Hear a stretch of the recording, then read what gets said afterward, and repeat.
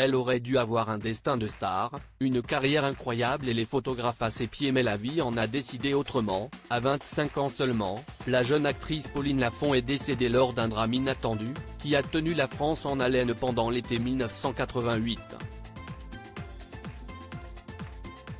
À l'époque en pleine gloire, la fille de Bernadette Lafont, dont elle a hérité la beauté et la gouaille, va se promener dans les montagnes cévenoles, dont elle est originaire. Une balade dont elle ne rentrera jamais. Alerté par son absence, CIST son frère David qui alertera sa famille puis les secours et ira même jusqu'à en parler au président de la République, François Mitterrand, pour que l'enquête ne s'arrête pas. Dernier à l'avoir vue en vie, celui-ci déclare immédiatement qu'au petit déjeuner, la jeune femme portait une robe rouge légère, parfaitement adaptée à l'écrasante chaleur de cet été 1988.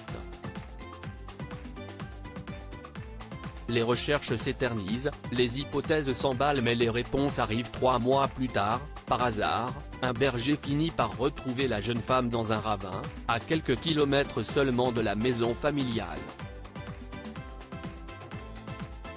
Tombée d'une dizaine de mètres, elle serait morte sur le coup d'un glissement de terrain, un accident qui apaise les journalistes qui avaient élaboré les théories les plus folles, n'hésitant pas à s'en prendre à sa mère parfois. Un jogging bleu qui interroge cependant, une question est restée en suspens: pourquoi la jeune femme a-t-elle été retrouvée vêtue d'un jogging alors que son frère avait toujours déclaré qu'elle était partie en robe?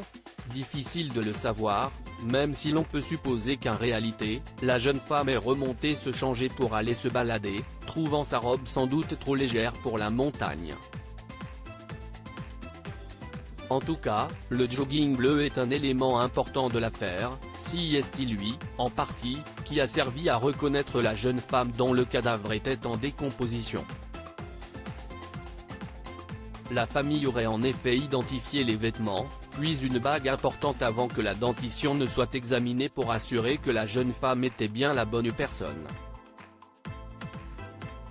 Aujourd'hui, la réponse à cette question n'a toujours pas été trouvée, mais David, le frère de la victime, a eu du mal à faire son deuil. Mon fils David m'a dit après: ces montagnes, je les déteste. Je lui ai répondu: pas moi. Parce que les montagnes, elles l'ont tué, mais elles l'ont te gardé, avait raconté Bernadette Lafont, un an après le drame.